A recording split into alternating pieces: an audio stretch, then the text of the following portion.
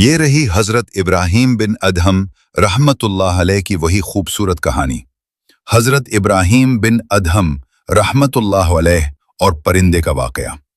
حضرت ابراہیم بن ادہم رحمتullah علیہ جو کبھی بلخ کے بادشاہ تھے اور پھر اللہ کی محبت میں تخت و تاج چھوڑ دیا تھا، ایک مرتبہ سفر پر تھے۔ راستے میں انہوں نے کھانا کھانے کے لیے ایک جگہ قیام کیا۔ ابھی انہوں نے دسترخوان بچھایا ہی تھا کہ اچانک ایک کوا اڑتا ہوا آیا۔ ان کے دسترخوان سے روٹی کا ایک ٹکڑا اپنی چونچ میں دبایا اور اڑ گیا۔ ابراہیم بن ادہم رحمتullah علیہ کو بہت حیرت ہوئی کہ یہ کوا روٹی کہاں لے جا رہا ہے۔ وہ تجسس میں اس کے پیچھے چل پڑے۔ انہوں نے دیکھا کہ کوا ایک درخت کے پاس اترا۔ وہاں ایک اور پرندہ بیٹھا تھا جس کے پر ٹوٹے ہوئے تھے اور وہ اڑنے کے قابل نہیں تھا۔ کوے نے وہ روٹی کا ٹکڑا اس معذور پرندے کے منہ میں ڈال دیا اور خود اڑ گیا۔ ابراہیم بن ادہم رحمتullah علیہ یہ منظر دیکھ کر بہت متاثر ہوئے اور پکار اٹھے، سبحان اللہ، وہ ذات جو اس ویران جنگل میں ایک بے بس اور معذور پرندے کو دوسرے پرندے کے ذریعے رزق پہنچا سکتی ہے، کیا وہ میرا رزق بھول جائے گی؟ اس واقعے نے ان کے دل میں اللہ تعالیٰ کی ذات پر توکل، بھروسہ کو مزید پختہ کر دیا۔ سبق: اس کہانی سے ہمیں یہ سبق ملتا ہے کہ رزق دینے والی ذات صرف اللہ کی ہے۔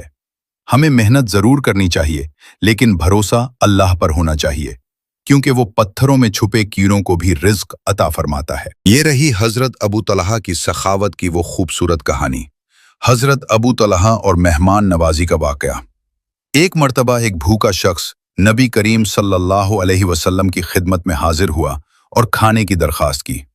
آپ صلی اللہ علیہ وسلم نے اپنی ازواج مطہرات کے گھروں میں پیغام بھیجا، لیکن وہاں سے جواب آیا کہ گھر میں پانی کے سوا کچھ نہیں ہے۔